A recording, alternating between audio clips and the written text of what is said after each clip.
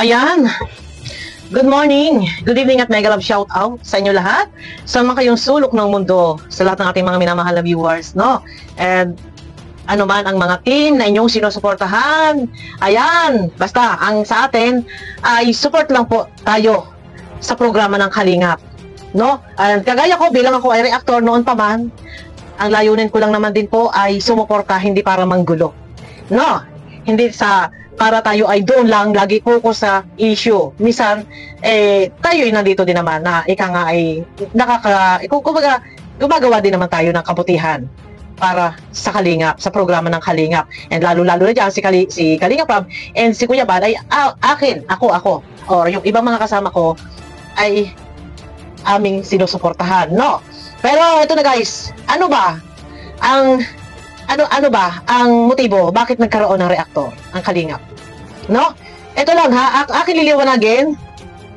Dahil ito papangalanan na kita kay Tita Emmy kasi ang topic mo is about sa mga halo-halo yung topic mo and patungkol sa mga reactor, sa pag-reaction ng mga reactor. Ito, dahil ako ay reactor, magbibigay din ako ng linaw. No? Wala sa kung ano man, yun din yung topic mo, itatopic ko din. Itatopic ko din po, no? So, bakit ba? Merong reactor ang Kalingap. No? Matagal na. Pagputok na kay Lola Damiana, andyan pa si Lola Damiana, may reactor na. Ang dami nag-reaksyon, so niliko. Kasama ako sa kauna-unahang group chat. Ang layunin ay isa na dito ay palaganap ang programa ng Kalingap. Mareaksyonan, alin man diyan, mapagtulong, mapalive, alin man dyan. Normal, kung may issue, nare-reaksyonan.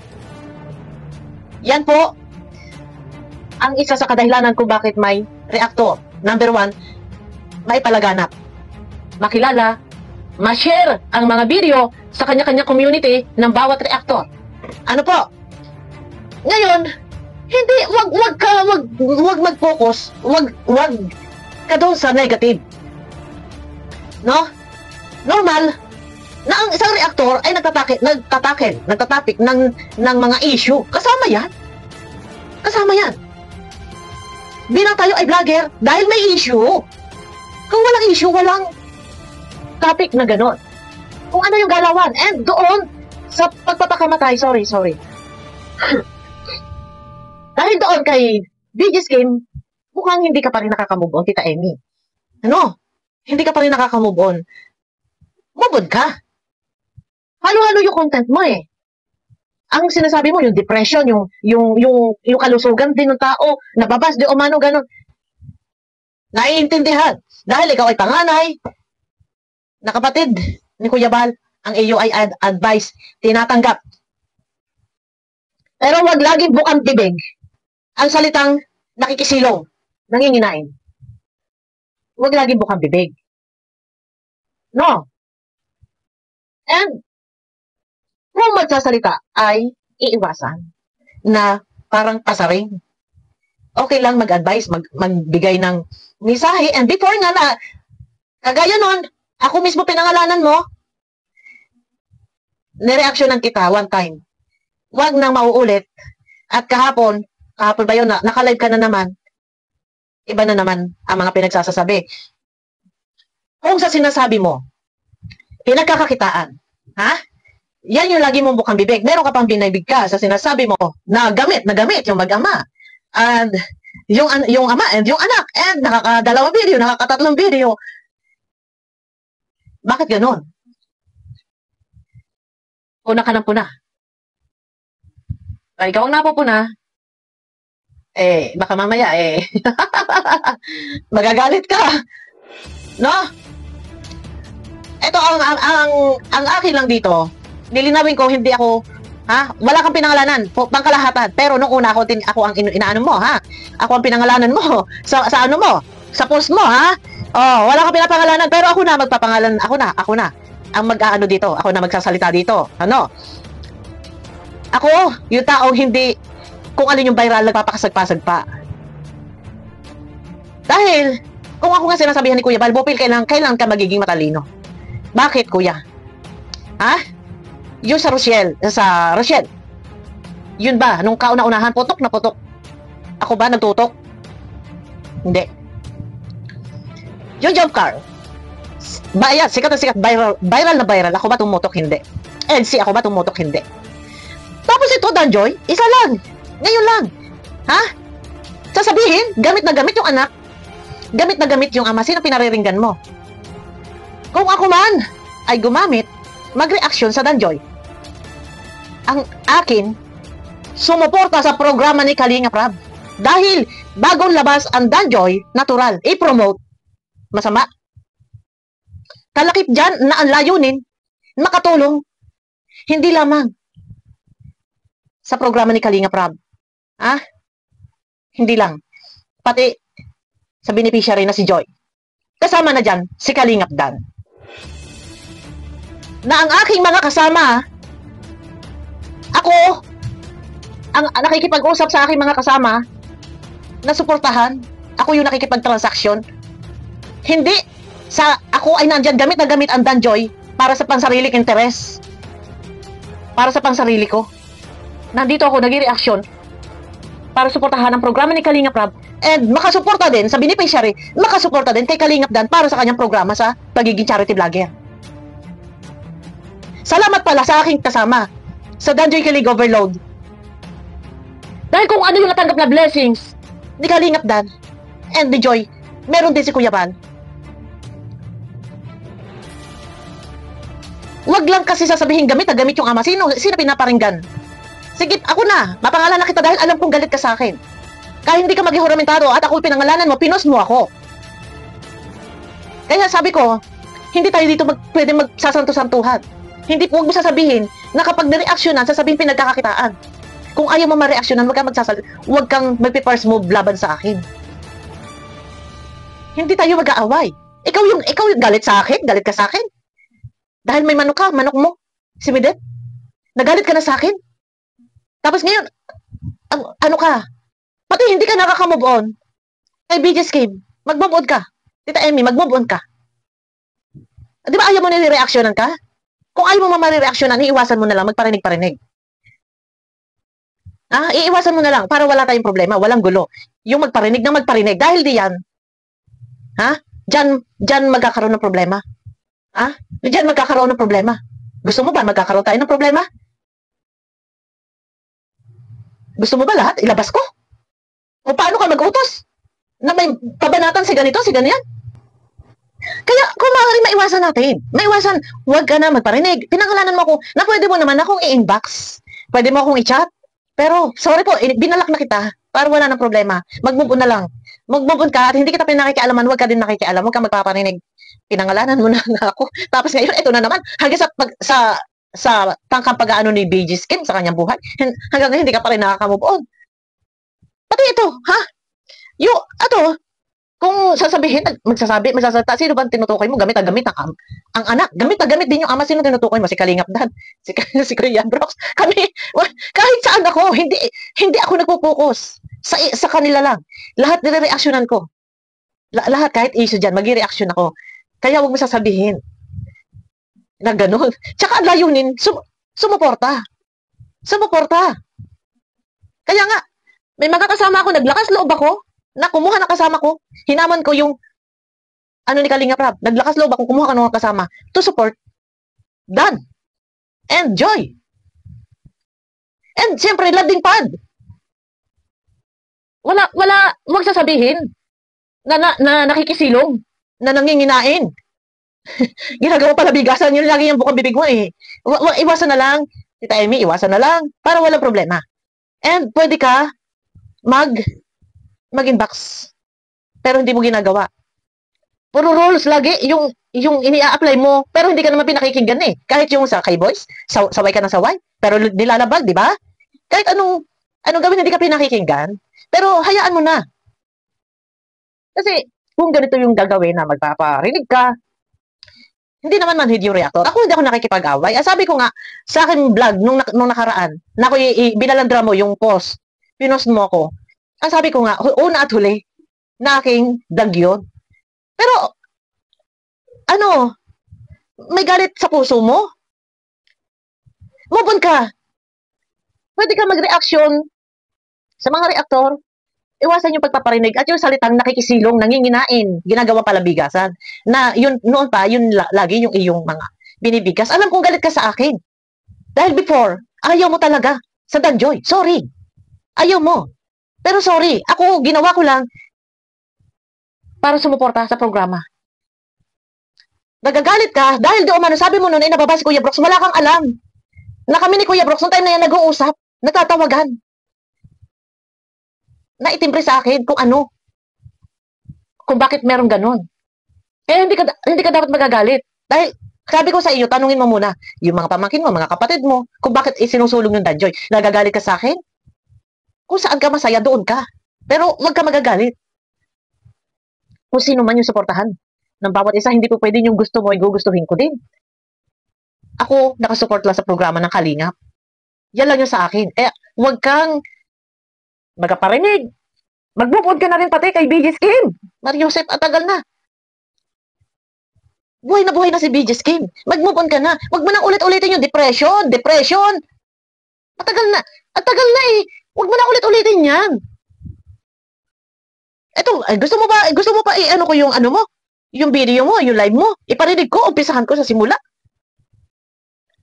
Mag-move on ka. Mag-move on ka. Kalimutan mo na yung kay BJ Kim. Matagal na yan, Tita Emmy. Kasi kung pipilitin mo, mabubuhay ka. Yun na yun eh. Ha? Kung pipilitin mo na nabubuhay ka dyan sa usapin depression at sa usapin na winawakasan ni BJ Kim yung kanyang buhay. Ikaw ang magdadala niyan sa araw-araw. At di ka nakakamove on? Ha? Yung una kay Medet, hindi ka nakakamove on? Tapos ngayon kay BJ Kim, hindi ka nakakamove on? Ilan ba nag-reaction kay BJ Kim? Halos lahat. Pero ako lang nakikita mo, ako lang nasisita mo, mag-move on ka. Ito na naman ngayon. Kay Kuya Brooks. Ang mga reaktor na naman, ito na daw, maano naman, may mga reaktor, nag-reaction, nagagagig kanya. Ayun na naman. Naku naman. Ayaw mo, marireaksyonan ka, di ba? Sasabihin mo, bastos, malamudo, ikaw nire-respeto ko. May respeto ko sa, alam mo yan. Alam mo yan.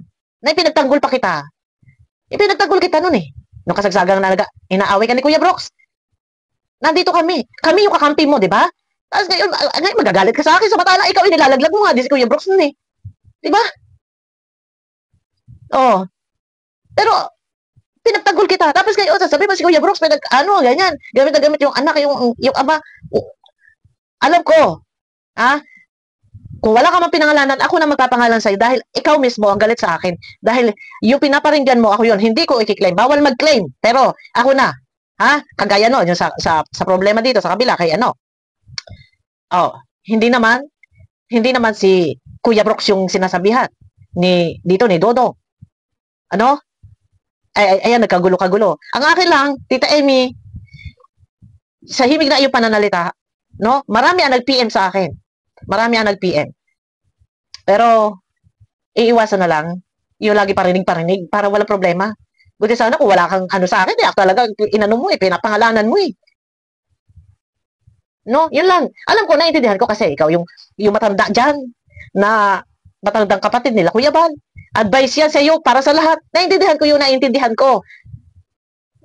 Ay, hanggang kailan na hindi ka nakamove on, pati yung kay BJ Kim na depression.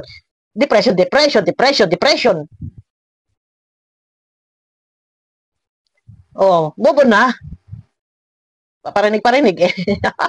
Buti sana ko, sige, yun, bibitawan ko yung mga kasama ko para hindi na kami makasuporta dyan sa Danjoy na ako, kahit wala ako ng group, alam mo yan, ayaw ko ng group.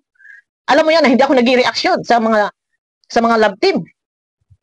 Ngayon lang, kasi sumuporta lang ako.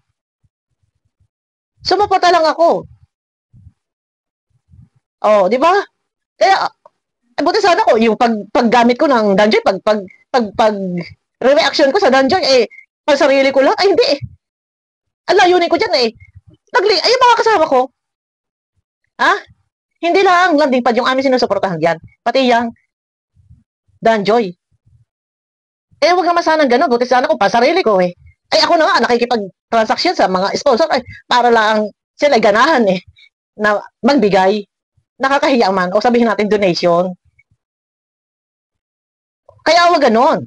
Kasi hindi ko rin naman gagawin to. Kung hindi naman sinabi ni Kalinga Prab, yung mga pasok doon sa top, kung maaari sana, ay yun hinahamon na. Gumawa ng group chat.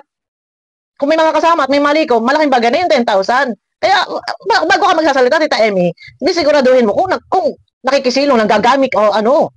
Dapat alam mo kung sino yung talagang manggagamit. No?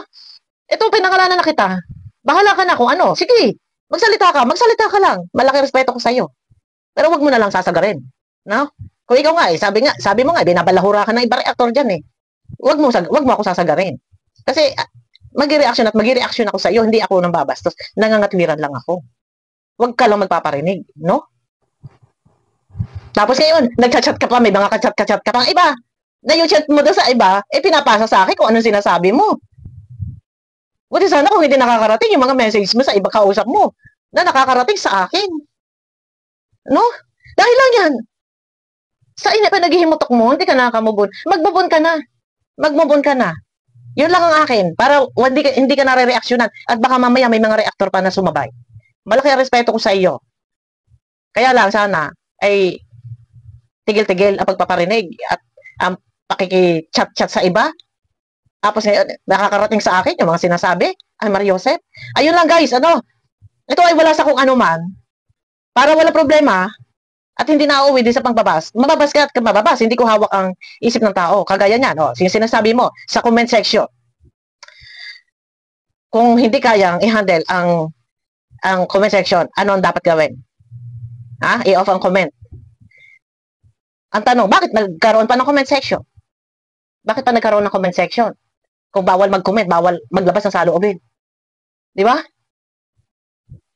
O, yun nga sa iyo, sa comment section mo. Yung pinost mo ako, di ba? Nababasa ko doon. Nagre-reply ka pa, sasabihin mo, nga, nakakasama ng loob, nag-reply ka pa doon sa ano. Iyon lang ang sa akin. Ayun lang guys, may galang shoutout. Ito ay paglilinaw lang. At ano ba ang obligasyon ng isang reactor? Siyempre, talakip dyan yung magpalaganap ng kabutihang ginagawa ng kalingap, hindi lang sa kung ano man yung issue dyan. Natural, normal, may issue. Kagaya ng halimbawa, for example, kay Reyna. Kinuha na, binawi na, winakwak na. Siyempre, alam nga namang hindi tayo mag-reaction. Sa mga halimbawa yan. Halimbawa kay Erica, umalis sa kalingap kasi may kausap na sponsor. So, siyempre ganun yun.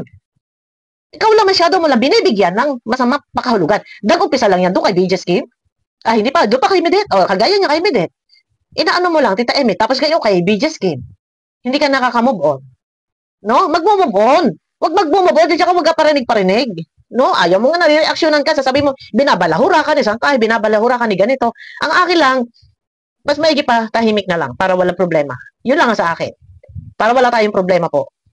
Yun, no? Hanggang dito na lang. Ito yung wala sa kung ano man. Ako ay nagbigay lang ng paglilinaw. At yung sasabihin, nakakadalawang video, nakatatlong video, sasabihin, gamit yung mag-ama, si Kalingap Dan, at si Kuya Brooks. May wala ka man nga pinapangalanan, kung ano pa. Pero sino pa ba ang iyong tinutukoy? Ang akin lang, iiwasan magpaparinig. At mamaya ay, ang mga basher, ang comment, matalas ang pakiramdam. Baka mamaya kung ano ang mabasa-basa, ay ikaw ang aking marireaksyonan dito. No, yun lang. At pagsuporta ang amin para sa programa ni Kalinga Prab. Kung ako ay nababasa ni Kalinga Prab, yung nababagit yung pangalan ko, magagalit ka kung ako nare-recognize. Huwag ganon. Huwag ganon. Wala akong ginagawang masama sa iyo, pero ikaw na una. Ipinalalaot mo, ha? Yun lang. Yan guys, wala sa kung ano man to. No, pasensya na po. Ako yung naglinaw lang. At hindi ako nanggagamit. Kung ako nanggagamit, dapat hindi ako loyal sa Kalingap. Lipad-lipad ako. Lipad sa iba, sisip-sip. Tapos balik na naman dito. Ganon. Hindi ako ganon. Ayun na guys, abangan nyo ako sa akin next video. Paglilinaw lang to.